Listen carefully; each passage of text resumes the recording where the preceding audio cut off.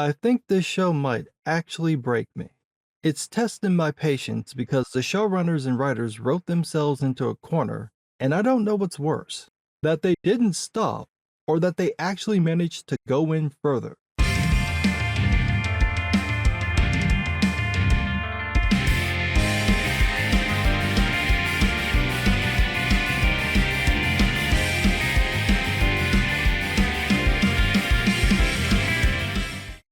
This show gives new meaning to the phrase, dig deeper. Now, it's not all bad. I gotta admit the VFX for the show are absolutely stellar. The opening sequence with the camera move into Khazad-dûm, that was brilliant. It's so good, I can't tell if it's CGI or a miniature or both, and the transition to the real set was spot on. The wide shots of Eregion look way better than the first season, but the set for the exterior of the buildings still looks like a set, at least in daylight. The nighttime shots look much better, which makes me think I'm right about the lighting needing more contrast, because the shots in Linden look great, and they have more contrast. But the chef's kiss is Celebrimbor's forge. This shot right here, it's amazing. They built the set. They built 2 floors and massive pillars and lit this bad boy, and it's huge. It's really fucking cool. Whatever this is, I want more of this. But that's not going to make up for the absolute mess that is this story. I'm not even going to review this in chronological order. I'm going to work my way from the good to the bad to the oh my god, what the fuck were they thinking? The episode opens with the dwarves, and their storyline is the best part of the episode. It doesn't feel like it's part of the same story, which is another recurring problem with the show, these disconnected storylines, but it actually does work when the clunky dialogue isn't getting in the way. What happens is that the darkness spreads from Mordor, causing earthquakes in Khazad-dûm. The quakes collapse the light shafts, throwing the city into darkness and preventing them from growing crops underground. Disa and her singers try to find the light by singing, but this only collapses the last remaining light shaft. Basically, unless the dwarves reach out for help, they're screwed. However, that was ruined in the last season when the king booted Elrond out of the realm and stripped Durin of his title for giving the Mithril to Elrond, and father and son refused to be the first to make amends. This storyline works fine, even though it doesn't feel like it's connected to the rest of the show. In the first season, there wasn't much crossover with the dwarves and the rest of the main plot about the rings, so their sections always feel like they could be removed and it wouldn't change anything. That actually happened with the first episode. They weren't in it, and you really don't notice. What you might notice, however, are the bearded women. Yes, after getting roasted into oblivion for not giving dwarf women beards, now the women have them. Well, not all the women. Only the extras have them. The dwarf women with speaking roles have these dopey sideburns that look like shaved pubes. Another funny thing about the dwarves is that they seem to hate Durin for being a rich kid. When he goes to work in the mines, they make fun of him for getting blisters and bully him like he's a little kid. I don't remember anything from the first season that hinted at any of them resenting Durin, either because of his status or his friendship with Elrond, but that's what happens in the show. So that was the good part. Then we get to the boring part with Discount Gandalf and the hobbits. As they make their way across the desert, Poppy finds a shortcut that will take them across this open plain in the blistering heat. At first, Nori and Discount Gandalf reject the shortcut, but then they get discovered by Xerxes' extras sent by the Dark Wizard to kill them, and then they hide. And these guys apparently don't notice the hobbits hiding in a crack in the rock behind this obvious piece of cloth. Clearly, this is supposed to be a callback to Frodo and Sam hiding under the elven cloak at the Black Gate, but that scene made sense because the cloak was designed to hide people. Whereas this piece of cloth wouldn't fool anyone at close range because there's no other vegetation hanging off of the rocks. Hell, the hobbits are hiding in something that looks like a damn cubbyhole. I don't buy that this guy wouldn't check it. I also don't buy that they didn't find Discount Gandalf's big ass just lying on the ground. Are you actually going to look for them or what? Well, yes, just not here. The men follow the trio's trail, which technically ends at the camp, but they wander off in another direction. The trio then decide to get away by crossing an open desert plain with nary a hiding spot in sight. However will these men find 2 pale hobbits and a tall-ass man in this wide open valley? Nobody wanted to CGI in some rocks or some Joshua trees into the shot? Nah, just let them wander around in the wide open. But then it gets sillier because somehow they come across a well in the middle of this desert that they didn't notice when they had the high ground. Discount Gandalf passes out from heat exhaustion, so Poppy brings him water, but totally ignores when the bucket falls back into the well and the ball end starts ringing the bell above the well. Xerxes' men show up, and Discount Gandalf spots a staff that looks like the one from his dreams. He conjures up a tornado, but can't control it, and Xerxes' men and the hobbits get swept away. The staff winds up broken. Now, this is just a nitpick, but the wizards can use their powers without a staff, so this whole thing about him searching for his staff is kind of silly. In fact, the idea of him having amnesia is kind of silly. How is he supposed to help anyone if he doesn't know who he is and can't control his powers? Speaking of not making sense, we get to the not good, the Dark Wizard. He's the one who sent out Xerxes' men, and he's in charge of the witches from the first season. He summons one of the witches using moths and blood magic, and she tells him about Discount Gandalf and the hobbits. She failed to catch them, so the Dark Wizard lets Xerxes' men hunt them instead. I'm genuinely at a loss for what the show's even attempting to do here, because there are only 5 Istari, wizards, in Arda: Saruman, Gandalf, Radagast, and the 2 blue wizards who went east and south. Now, my first guess was that this was Saruman because he's got the look, but the scene makes that very unlikely because he's in charge of the witches from the first season, and Saruman isn't supposed to turn evil until the Third Age. The only other canonical option is that he, and possibly Discount Gandalf, is one of the blue wizards. However, there's a problem. The blue wizards are supposed to stop Sauron's effort in the east and south. Now, in letter 211, Tolkien did imply that the blue wizards may have turned evil. Quote, "What success they had, I do not know, but I fear that they failed, as Saruman did, though doubtless in different ways. And I suspect they were founders or beginners of secret cults and magic traditions that outlasted the fall of Sauron. But in the Peoples of Middle-earth, he revised this, saying instead, quote, their task was to circumvent Sauron, to bring help to the few tribes of men that had rebelled from Melkor worship, to stir up rebellion, and after his first fall to search out his hiding, in which they had failed, and to cause dissension and array among the Dark East. They must have had very great influence on the history of the Second Age and Third Age in weakening and disarraying the forces of East, who would both in the Second Age and Third Age otherwise have outnumbered the West. So, if the show followed canon, this Dark Wizard shouldn't be one of the Istari. But since no one on the show can spell canon, let alone follow it, it is possible that the Dark Wizard and Discount Gandalf could be the Blue Wizards. That'd be a drastic deviation from Tolkien's intent, but that's never stopped this show. Case in point, Celebrimbor the Gullible. Like I've said for months, by having Celebrimbor create the 3 elven rings first, the showrunners and writers wrote themselves into a corner because now they have to explain how in the hell Annatar convinces Celebrimbor to forge more rings now that Celebrimbor should know not to trust Halbrand, aka Sauron, aka Annatar. I knew the explanation would be ridiculous and bad because there's no way it can't be. Celebrimbor would have to be incredibly gullible to get conned by Sauron for this to work, but I didn't expect it to be this dumb. When I realized where they were going with this, I giggled through the whole scene because it's so stupid that if you tried this in person, you'd get cussed out by the guy you were trying to con for thinking he'd be dumb enough to fall for this. But before we get into that, we gotta talk about the shortest elf ever. Elves are supposed to be tall and lithe. My 4-year-old godson is taller than this woman. Y'all ain't got some heels she could put on or some stilts?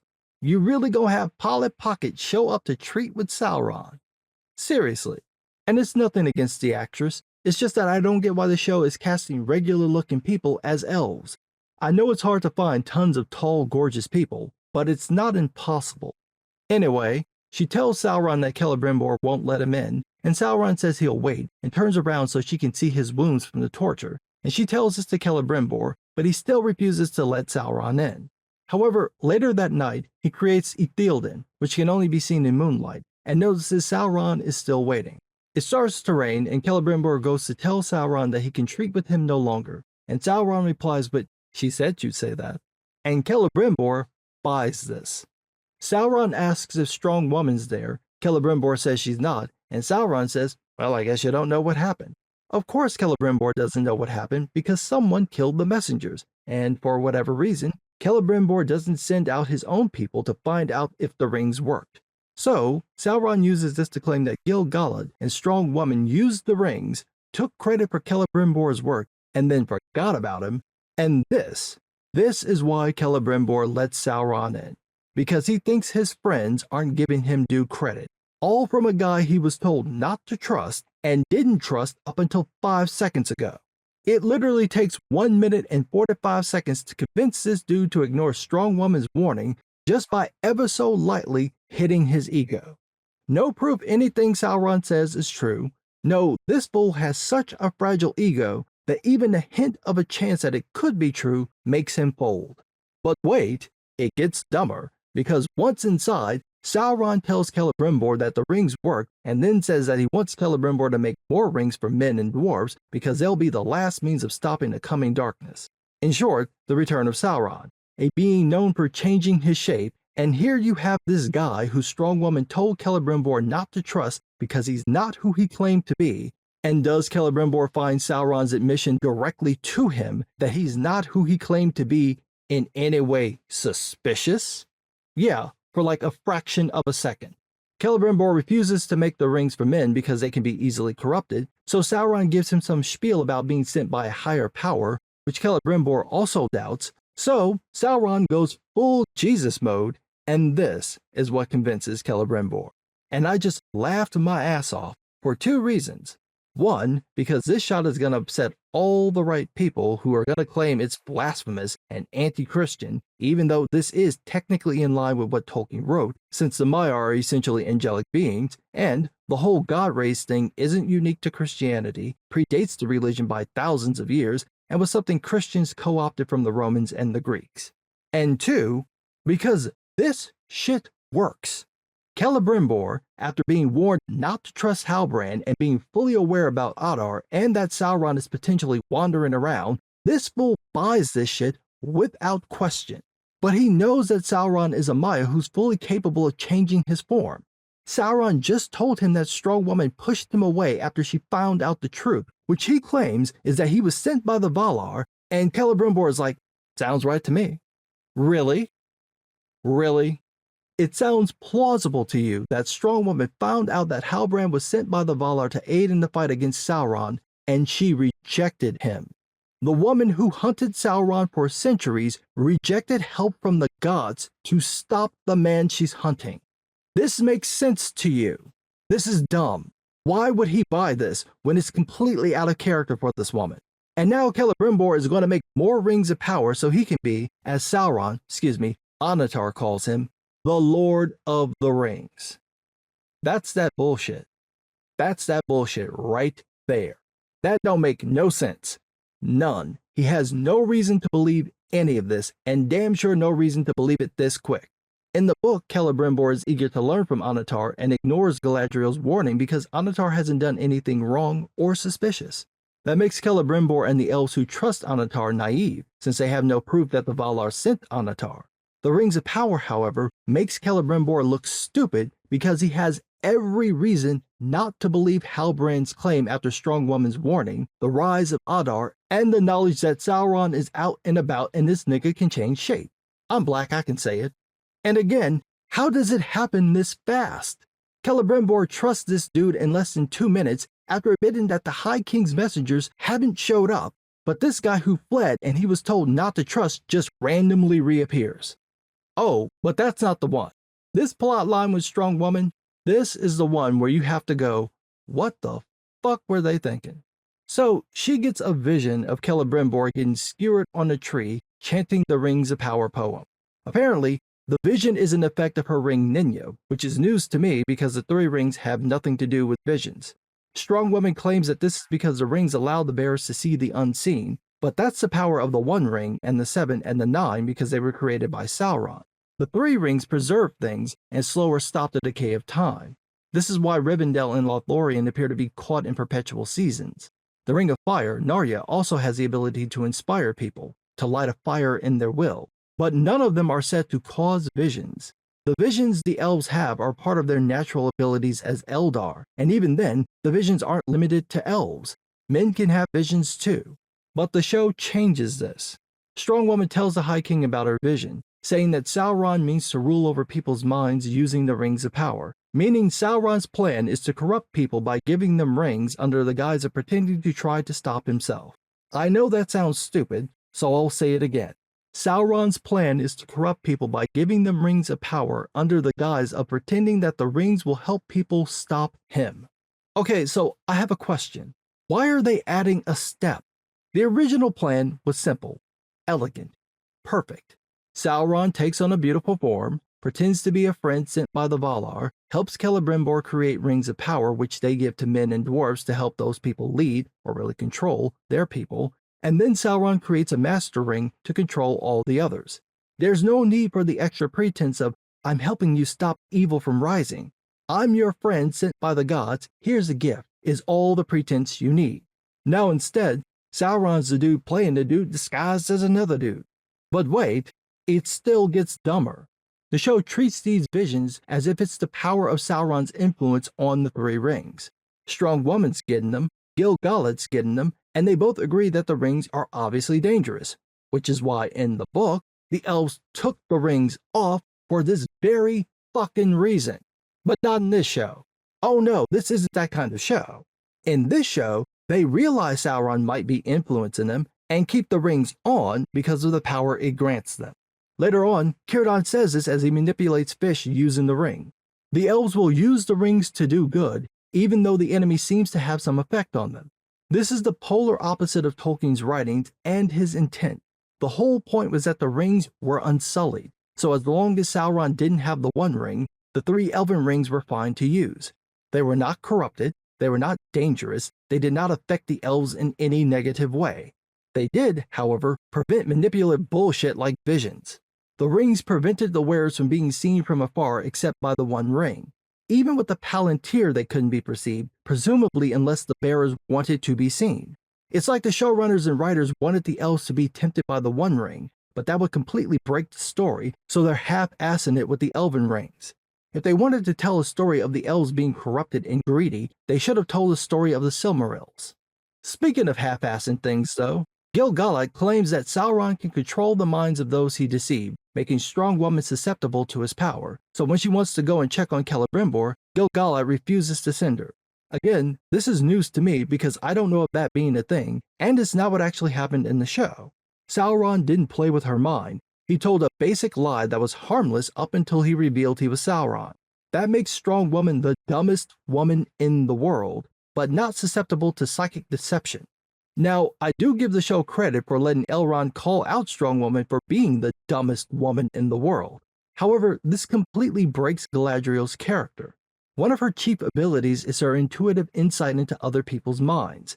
She reads her uncle Feanor and sees that there's something off about him, so when he asked for one of her hairs to make the Silmarils, she refused him 3 times. She perceives something's off about Annatar without even meeting him, and warns Elrond and Gil-galad not to trust him. We see this ability in The Lord of the Rings, when she reads the Fellowship and sees right through Boromir. This is partly why she's counted among the wisest of all beings, and is probably the wisest of the elves living in Middle-earth. This is not someone who would be easily deceived. But the show trashes this. Instead of her being able to perceive Annatar's deception outright, she's too stupid to realize she's standing right next to him for weeks, and now she's so supposedly enthralled by his power that she can't be trusted to deal with Sauron alone, which she admits. This completely ruins Galadriel's character. I don't know why the writers and showrunners thought this was a good idea. The best I could come up with is that they thought it'd make her more complex, but it doesn't. It makes her a fool. This is what you do to one of the wisest beings in Middle-earth? You make her an idiot? You make her a collaborator, like Elrond says, because she's still using the ring even though she knows it's messing with her. The same people who in the book took the rings off the moment they sent Sauron are in the show continuing to wear them even though they suspect the rings are fucking with them. Now try to figure out how this show is going to get this character to the place she's supposed to be in The Lord of the Rings. How do you course correct from any of this? It's a total mess, and I'm only 2 episodes in. I haven't even gotten to whatever they're doing in Numenor, or this nonsense with the Entwife, or Tom Bombadil. How do they connect this to The Lord of the Rings when they're changing basic elements of the story, things that need to stay the way they were written for the events of The Lord of the Rings to even happen? Like I said, this show might actually break me. It's testing my patience to the limit, which is why I'm pacing these reviews. And for the people who claim to be Tolkien fans and to like this show, I don't believe you. Either you're not a fan of Tolkien's works or you don't like the show. There is no amount of doublethink that would make it possible to be a fan of this man and to like this show. I don't believe you. But what do I know? I'm just some guy.